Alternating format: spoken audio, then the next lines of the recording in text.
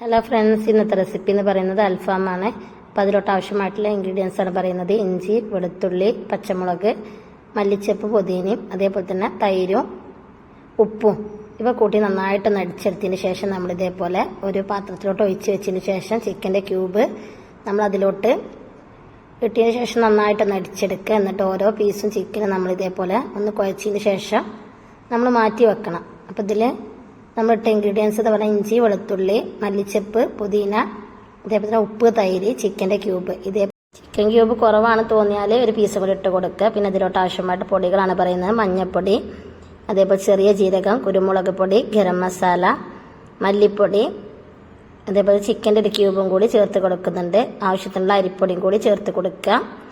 എന്നിട്ട് ഇത് നന്നായിട്ടൊന്ന് ചിക്കനിൽ നമ്മളിത് കുഴച്ചെടുക്കുക. നമ്മൾ ആദ്യം മാറ്റി വെച്ച ചിക്കൻ ഉണ്ടല്ലോ, അതിലോട്ട് ഈ പൊടി ഇട്ടതിന് ശേഷം നമ്മൾ കുഴച്ചെടുക്കണം. എന്നിട്ട് നമ്മളിത് റെസ്റ്റ് ചെയ്യാൻ വെക്കണം. 1 മണിക്കൂറൊക്കെ റെസ്റ്റ് ചെയ്യുകയാണെങ്കിൽ ഏറ്റവും നല്ലതാണ്. എന്നിട്ട് നമ്മൾ ഇതേപോലെ ഒന്ന് ചുട്ടെടുക്കുക.